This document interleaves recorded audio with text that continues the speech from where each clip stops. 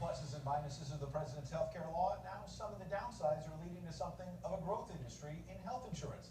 It is something you might have to consider for your family. Chief National Correspondent Jim Angle tonight on supplemental coverage.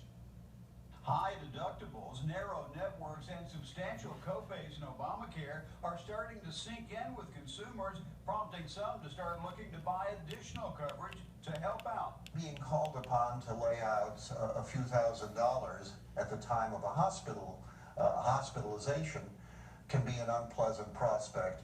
And to avoid that, some people may be tempted or find it in their interest to buy supplemental coverage. So people are finding that the deductibles are so high, they need some extra help.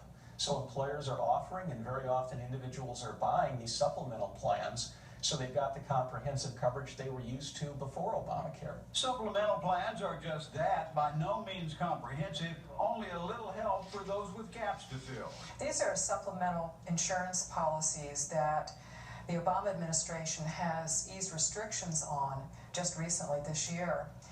And they're policies that are very bare bones, and they're meant to supplement what people can buy on the exchanges. Many insurance companies are marketing the plans. One officer at Aflac points to the gaps in Obamacare and says, quote, "There is enormous opportunity for brokers and insurance agents who sell supplemental policies to do even more of that to help cover out-of-pocket expenses in the health care law." This was a sleepy part of the industry, a very small part of the industry that wasn't growing very much.